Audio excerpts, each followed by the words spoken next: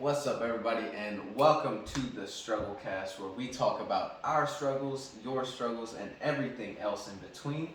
My name is Jesus, Mr. Jackson. Mr. Jackson, and today we're going to be talking a little bit about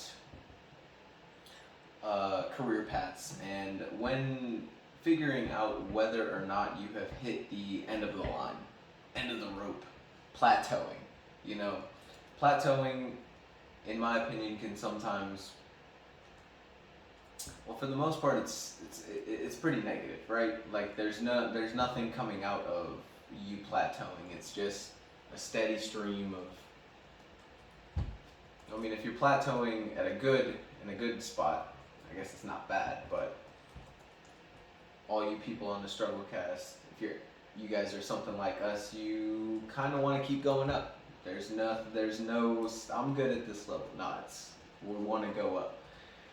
And today we're going to be talking a little bit about trying to figure out when, because sometimes it can be difficult to notice, you know? Sometimes a lot, especially with jobs, there's a lot of frustration, you know? Lots of frustration, lots of lack of passion, really, because there's just either bad work environment or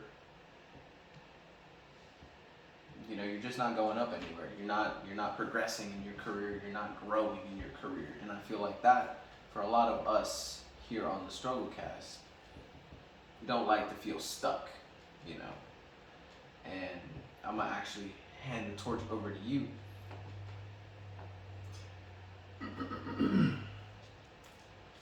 Yeah, I hate feeling stuck, stagnant, all those words like that. But going right into it, kind of knowing when it's time to leave, or when it's time to kind of wait, bide your time, stuff like that. That's a skill in itself. Having that self awareness and being able to just kind of not only self awareness, but also being able to get out of yourself and read the room, so to speak.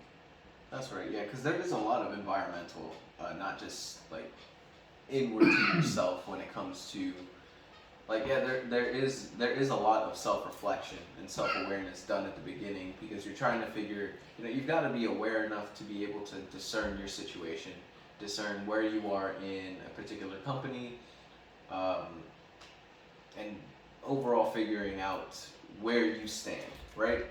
But it's also, like you said, environmental, or not necessarily environmental, but you have to pay attention to how everyone at your job or career is acting when it comes to growth, because in some companies growth is kind of not necessarily mentioned to certain employees because of one reason or another, and being able to discern whether or not, because let's be honest, when you're at a job, there's a bit of favoritism done, especially in certain career paths, right?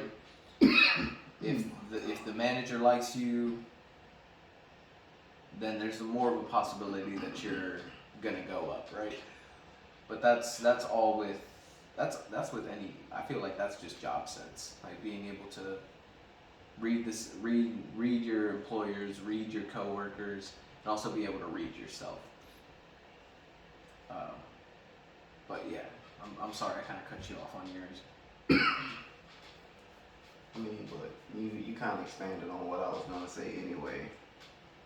Probably brought up a couple things I probably wouldn't have mentioned, at least in this opening little part. Oh my god. But like you said, there's a lot of environmental factors to it. It's not just about you. No man is an island. We've said all that stuff before. All that good stuff. Yeah. Oh my goodness. You good? It's something just stuck there, and it wasn't there 5 minutes ago. Mm-hmm. But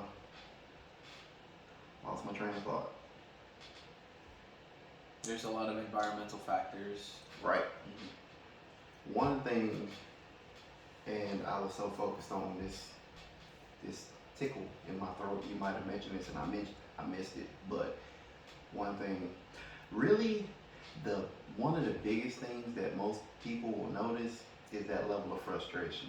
Mm-hmm. I think you might have touched on it. I don't know. Doesn't matter now. I'm gonna keep going. But yeah, that's one of the main things that a lot of people will notice First. when I won't necessarily say first. I don't know. I'm still give people the benefit of the doubt. Mm-hmm. They don't always wait until they're in to really start looking around. Well, we would hope. Yeah, I give them the benefit of the doubt. But in a lot of cases, I'll just even take myself, my younger self, less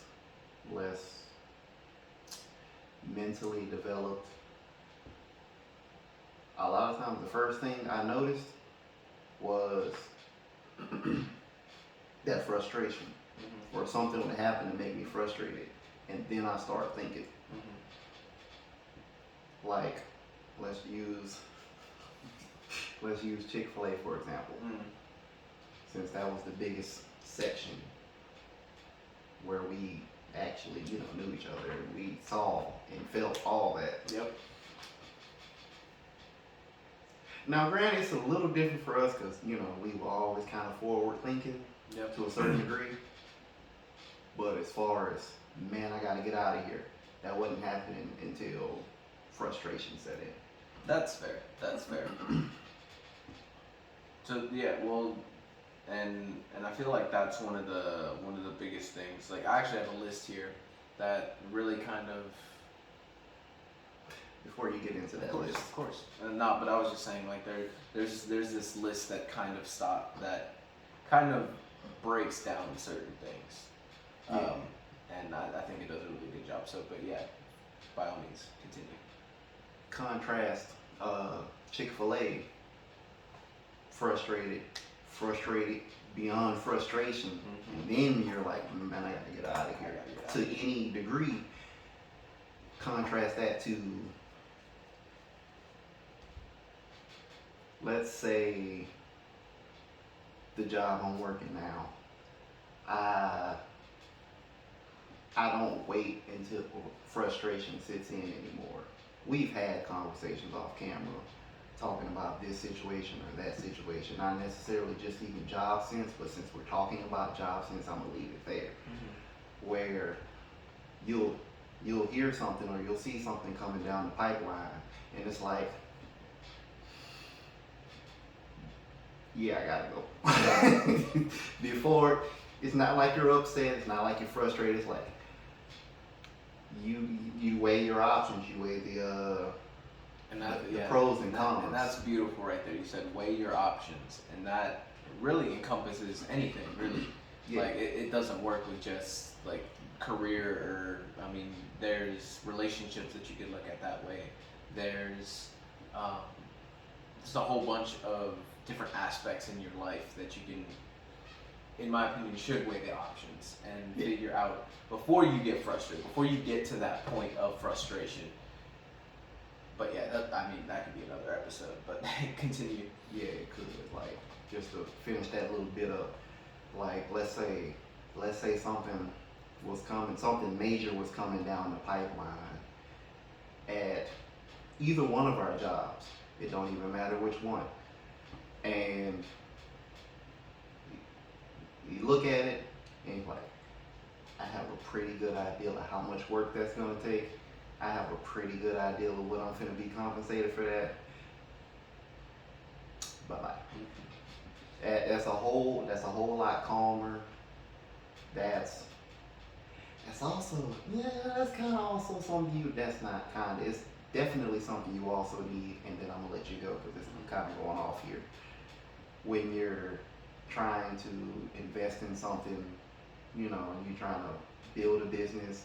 Maybe you're trying to invent something. Like, oh, what's the next big thing? What could be the next big thing?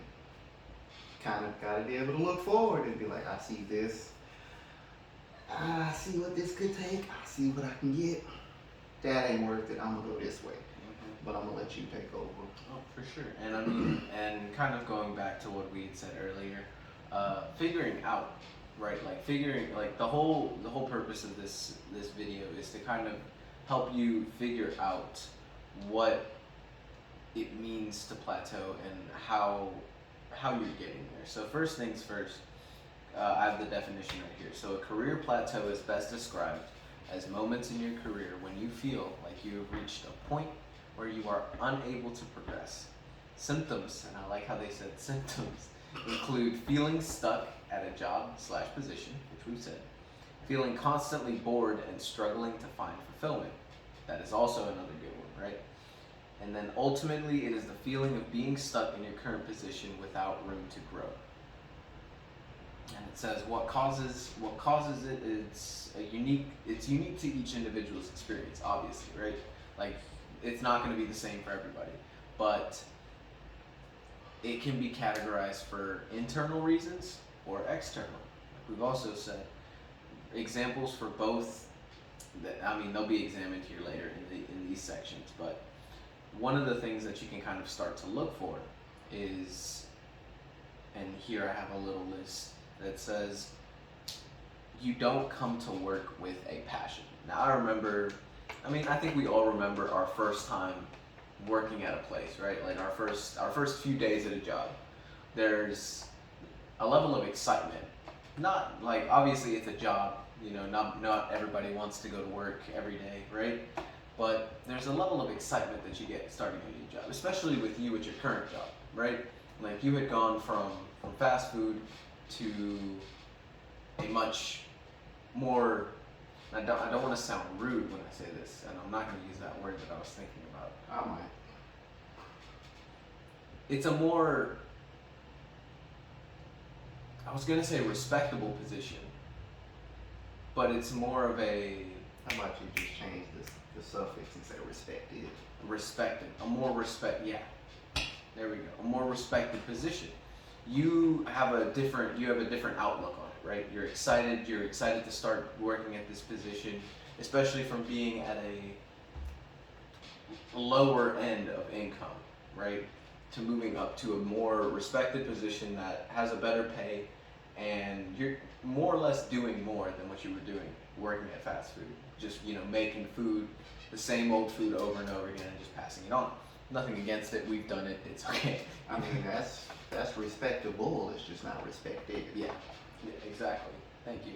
But yeah, so like, right here, you were likely to be excited to do the work, or at least learn how. And now, instead of being excited, every day is part of a routine with small variations. You know, you don't hate the work, but there's no emotion behind any of it. You know, it's just like mindless doing what you're doing on a day-to-day basis. Right? And then the second step, and I think this is one of the most important ones, you've stopped learning. And I think that's a big one, right? Because similar to passion, when you first start in a role, it's a marathon to learn a bunch of new things.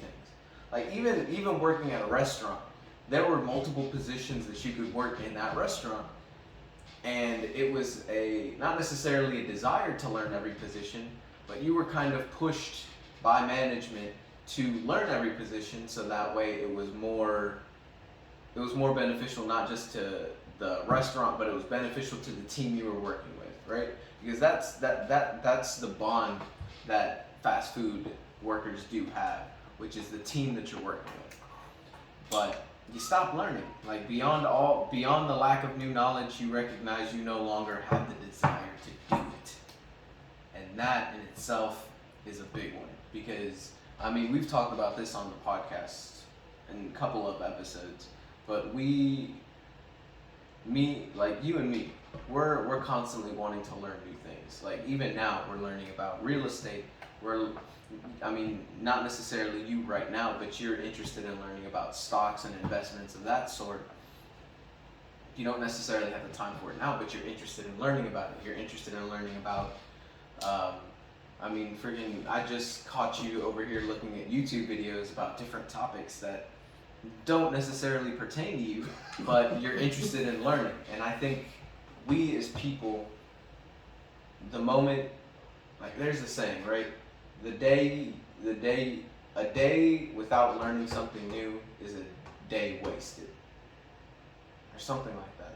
Something along those lines. I remember some type of sentiment like that. Yeah, like and that works with like careers, and that works with overall life. But we're just looking at careers right now. There's no more learning. There's no more potential growth, right? And I think that can also be not just an internal, but an external.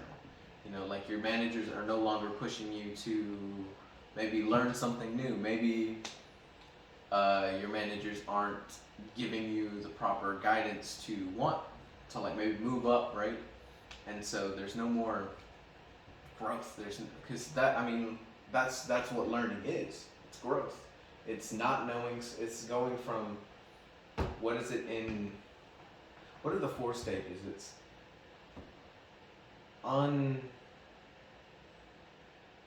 growth. No, not 4 stages of growth, but 4 stages of learning. There's something incompetence, unknowing incompetence, knowingly incompetent, consciously competent, and unconsciously competent. So you go from not knowing that you don't know something, Yeah. to knowing that you don't know something, to consciously learning something, consciously being able to do something, and you do it so much to the point that it becomes unconsciously. You become competent unconsciously. It's like driving a car. The more you drive, like when you're younger, you don't know about driving cars. As you get older, you realize, oh, I don't know how to drive a car. Let's go to driver's ed. You start to learn how to drive a car, and then 10, 15 years down the road, everything is natural. It's like as natural as breathing at a certain point. And yeah, like that was kind of a long tangent on that one. But number 3, it's where your personal life is or has been chaotic. Now, I'm not entirely sure how this plays out, so let's read into it, right? In some cases, a career plateau welcomes stability while your personal life is upended. In the midst of dealing with it, you may have stopped paying attention to your work. As long as you're still doing your job effectively, this isn't necessarily a bad thing. What? I don't understand that. Because you're comfortable in your job, your life becomes crazier? Your life becomes more chaotic? I don't really agree with that. You know what? I can kind of see it. I can see it, but that doesn't Me sound at Chick-fil-A. like... Elaborate. I went in every single day, worked roughly 60 hours a week, and there was a point in time where I wasn't like, I was just going in, doing my thing, and that was it, right? Okay. But my personal life, now, people-wise, it had a lot to do with the people in my life during that time, right? Yeah, I was sitting on that point, but go ahead. It could be dealing with the people that I did have in my life. To be fair, we all mostly worked there. So, I mean, like, look at the first house that I stayed at.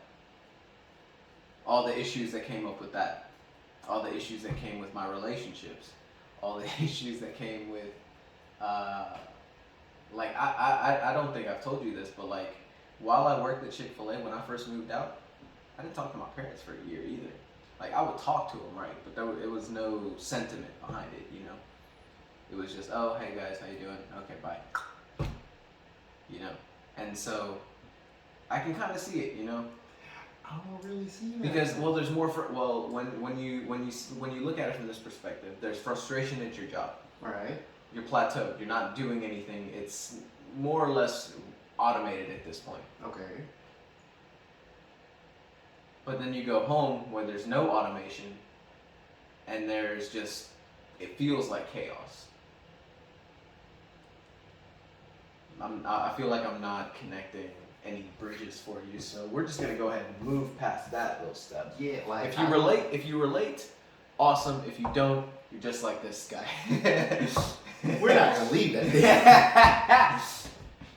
Well, what's not getting, I get I get the connection, but it doesn't really fit the way I'm looking at it. Doesn't really fit because your situation, let's just use your situation. I feel like that level of chaos in personal life was because you basically brought work home. Whereas it was time for both of us to leave. Yeah. Yeah? Mm-hmm. Okay. Yeah, 100%. That didn't affect my personal.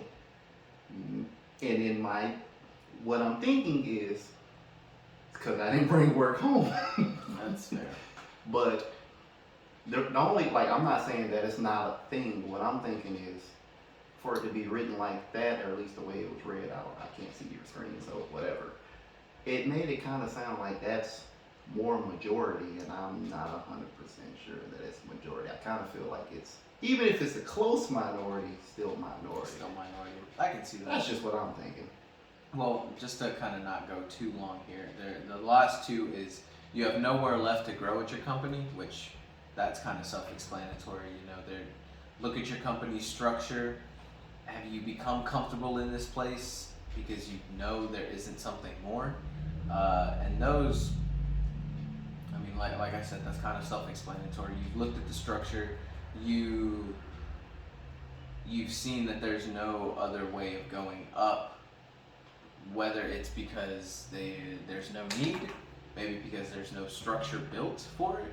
There's multiple different ways that there's a lack of growth at a company, right? But you can kind of quickly figure that out, especially if you've been working at said position for a decent amount of time, right? Mm-hmm. And then the last one, which is your contribution is lacking. It's true, you're doing the work as it needs done, but are you leaving anything meaningful? You have your gifts and you have skills, but you feel like they're going to waste where you are. And that, I feel, is one of the bigger ones. That is, I feel, in my opinion, a lot more. Is a lot more. You have to have a decent, a really good amount of self-awareness to really catch your lack of contribution to a business. To catch that and not be narcissistic about it. Yes. Because it's very easy to just do the bare minimum, especially if you're working in a toxic work environment where you see that certain employees do even less than the bare minimum, and they're still employed there. And I mean, we've gotten looks at that, and it's not necessarily fun, especially when you're the one busting your butt, you know, to get it all done. And yeah, like it is what it is, but figuring out, being able to have the awareness to figure out the lack of contribution that you are bringing to the table, which this is not calling anybody out or anything like that, right? Like, I mean, it happens. Like, I mean, I'm guilty of it, 100%. My current job, yeah, I'll admit it. I could be leaving more meaningful,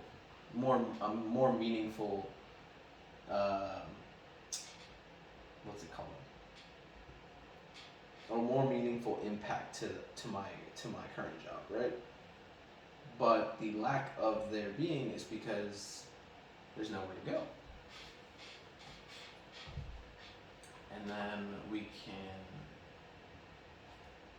but yeah, I mean, like those are some quick signs that kind of can, if you as an employee start feeling any of these things, it might be time to do a little bit more introspection in yourself, as well as looking at the company that you're with, trying to figure out whether this company is a good fit for you. And if it's already starting to make you feel like you're plateauing, it's probably not going to be a good company for you. In fact, it might be high time to look at other places, and which often, you know, that we as people, we are beings of comfort, right? For the most part, if we are comfortable at a position, it might be a bit difficult to leave, especially with depending on how long you've been there. Oftentimes you get a decent amount of benefits, right? But figuring out whether those, like you said, weighing your options, do those benefits that you've received for being there for so long outweigh the new opportunities that you could get at a different position at a different company, or same position at a different company? All of that starts with what you want in the first place. First, you got to figure out what you want. How do you figure out what you want? That's a lot of introspection. That's just experience. You got to live. You got to live and learn. You want something last year, and you want something completely different this year. And then you want something completely different next year. And then you want something completely different 5 years down the line. By the time you're 40, you want something completely different. That's fair. Like motivation and wants change all the time. It goes up, it goes down. Did you get yourself a slip here? Not at all. Motivation and stop. That's what I copied you. Nah, son. Motivation,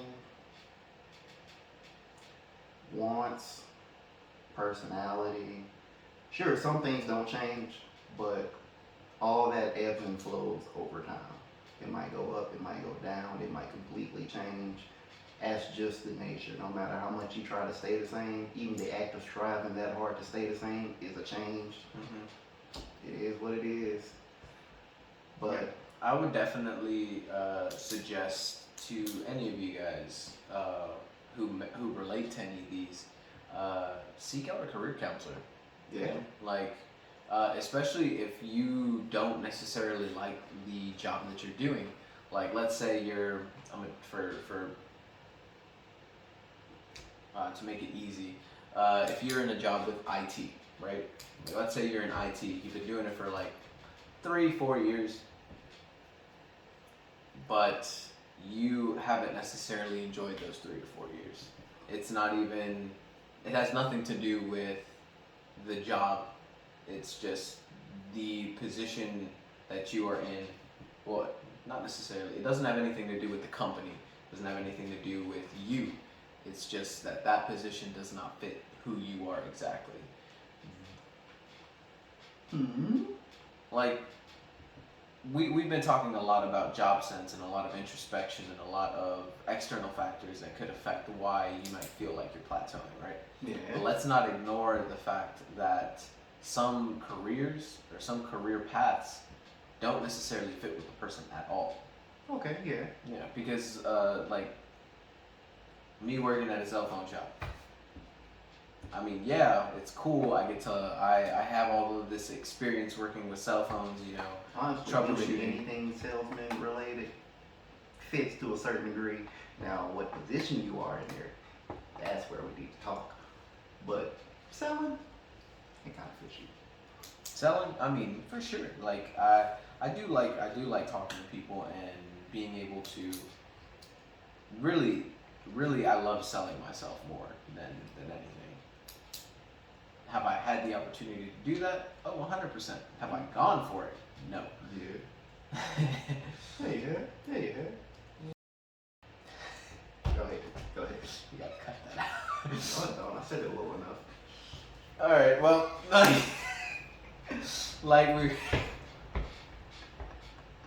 like I was saying, some careers aren't necessarily a fit for you, and it has nothing to do with the job, since we're talking about just like plateauing. It has nothing to do with the job. It's just a pure dislike or non-interest in that position. Talk to a career counselor. Figure out what position fits you exactly, and it doesn't have to fit you exactly. I mean, go ahead. Oh, no, nothing. That was emotion I make sometimes when I type. I got you. So yeah, I mean, definitely talk to a career counselor. But however, if you do love your position, you do love your job, but there's just been, because of that feeling of plateauing, can often make us feel like we dislike our job, or we don't necessarily like where we're like working at the company, but because of who we are as people, we just directly, well, not all the times, but we sometimes we misdirect a lot of our frustrations. Is what I was trying to get at there. Yeah. And because of that, that can often lead you to not want to look at a similar position that you've been in, or maybe change careers entirely. And if that's what you want to do, 100% go for it. Like, grow, expand your skills, but also be aware of the skills that you already have. Yeah, like if you're in a position, if your role is what you want to do and you just don't feel comfortable where you are, in a sense, like the company or whatnot, well, if I just narrow it down to just the company, that's easy to go to another company. But like if you know you're in a role where you want to be, but you're still not comfortable, that's a hard answer. It's kind of hard. Then you got to pinpoint, well, what's exactly making you uncomfortable? If it's like I said, just a company, go to a different company. But if it's internal, I mean, and that's where a lot of self-evaluation kind of comes in. Yeah, and we say self-evaluation a lot. You can talk to people. You can talk to people. You actually should talk to people. Yeah, like I was saying, like get outside opinions. Career counselor, friends, relatives. Relatives. Make sure to vet them though. Yeah. I got some relatives that'll give you some good advice. I got some relatives that'll give you some stupid stuff. So you gotta vet them. Like, and also like you said, vet them, because if, let's say you went to school, because I've seen this happen. I've seen students at my university who are studying this particular degree. Why? Because their parents told them to. Yeah. And that in itself is now I don't want to say that you're not going to find enjoyment out of the position. That's tough. You might be able to. However, there are a couple people that I've met who are studying and are doing their best. However, there's no passion behind it. There's more of a disdain towards it because it's not something that they want to do for the rest of their lives. They feel stuck. And it's really tough doing that little bit of self-reflection, especially with certain people who aren't necessarily used to self-reflection. I mean, it's a difficult process sometimes, and especially for all you newbies out there who haven't had a conversation with yourself, I highly recommend that you do. I'm pretty sure we've mentioned this a couple times in every podcast, at least once, but you are your own best friend.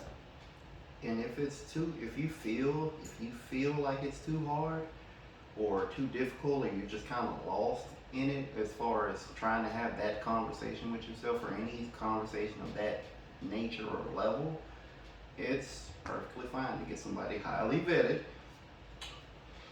talk to them, and kind of see what type of thinking, what level of thinking they're at. Yeah, I like level better, because type is just, I'm thinking like you now. That what level of thinking they are, and start trying to dive into that level in yourself and discover what comes out. But once again, it's okay to talk to people. You just gotta vet them. And you gotta be able to retain your own sense of self, which kind of have to have developed anyway, but you can't just, they said that, I'm gonna try it. Let's do that. All right. just because they said it. It's one thing if it actually catches your interest or something like that. Like an epiphany type thing. Like, oh my God, you're right. Like I could 100% do that. But this is my life, your life, your life. You're the main character. You gotta live with what you do. So, I mean, you kind of want to make your own decision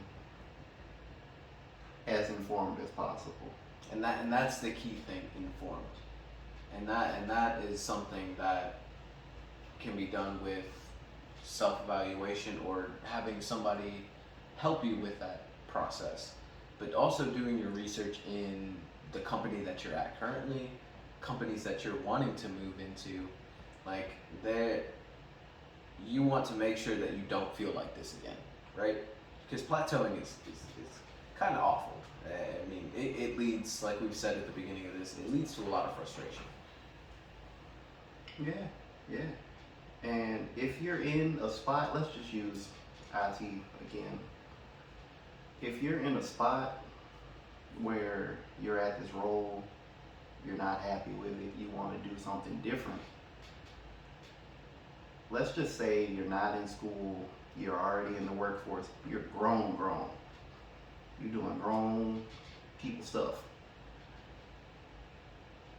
That just means you gotta put a little extra work in to get to a different spot. Let's just assume it's still IT related, or even if it's something completely different, it's the same thing, only it's more work because it's a completely different field. You gotta put that work in on your off time, which means you gotta, sacrifice some of them pleasures. You can still do them or whatever, but you gotta put that time in to learn said other thing. So you kind of have some type of knowledge going into whatever you're trying to get into.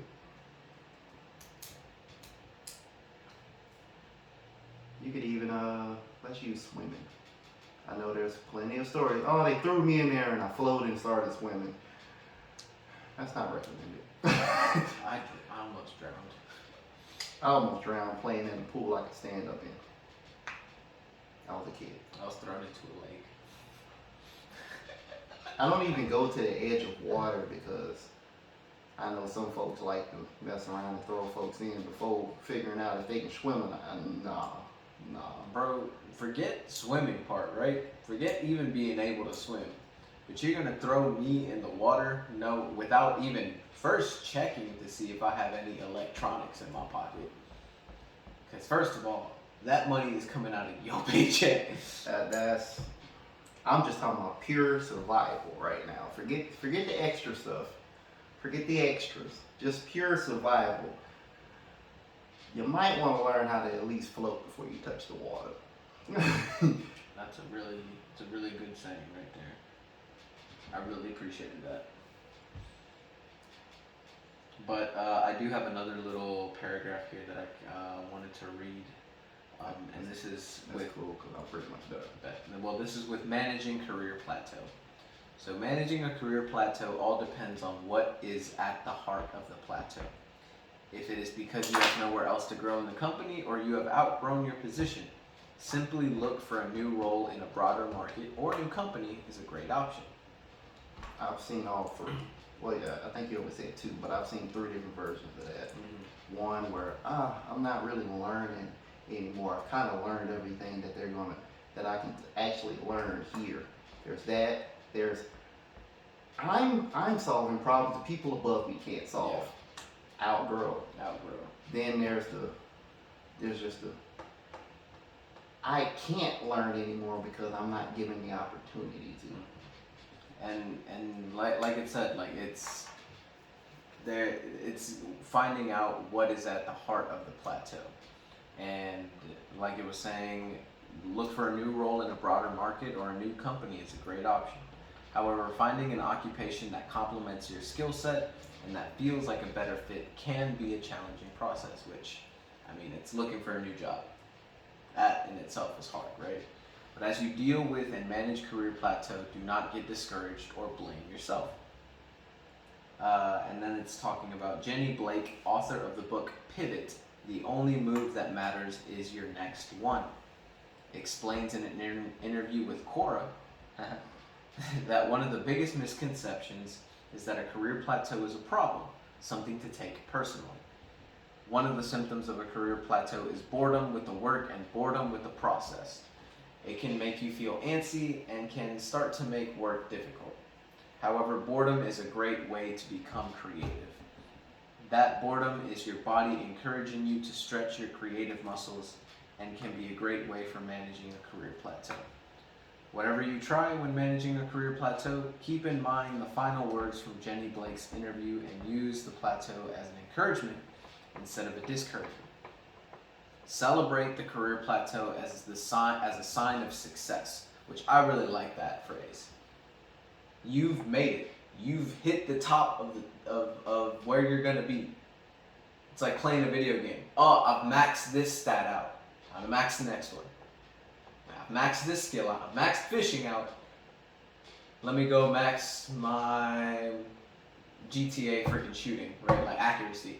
Like, I hate the one thing you actually listed before that GTA was fishing. Fishing? Fishing. bro, Final Fantasy, you can max out. I didn't max that crap out. Bro, why not? You Cause got I heck wasn't XP. Heckin' XP. I was not fishing. But anyway, I was swinging a sword and shooting magic. see the career plateau as a sign of success and ask yourself what does excite you most moving forward. Focus on where you want to be and let your career plateau push you forward to find the best opportunity for you.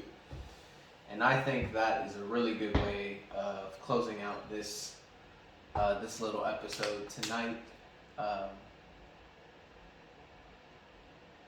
Don't think of it as a bad thing. Think of it as a exciting new opportunity to grow even more, to progress even more. And to all of you who may be a little skeptical, maybe a little bit more anxious about leaving, I mean, it's okay. I get it.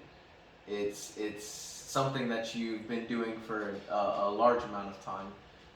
Because I know people who've been working at said positions for 20 plus years, you know, and that's 30, 40 years doing the same thing.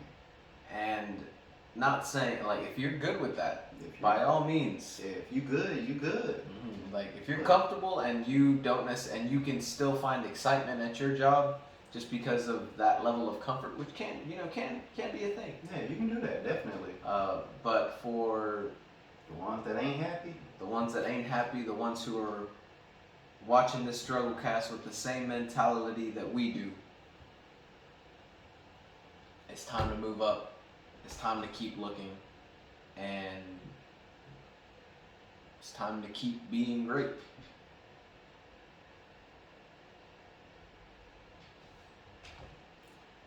And that's it for me. fishing. Come on, bro. Like, it's a stat that you could max in the game. I was a nerd. I maxed out all of my stuff. Fish. Leave me alone. But you didn't listen to nothing but fishing. Shut up. And It was shooting common. It and was common. shooting ain't even a stat Yeah, it is. Accuracy. in GTA. Well, not in just GTA, But you said GTA shooting. yeah. Fishing. Shut up, bro. Fishing. We thank you guys for watching the podcast today. This was episode, 22? Yeah. Episode 22. We really appreciate you guys taking the time to listen, and we hope for the best for you guys. Y'all keep growing. Y'all keep going at it, and y'all be great. Don't max out fishing.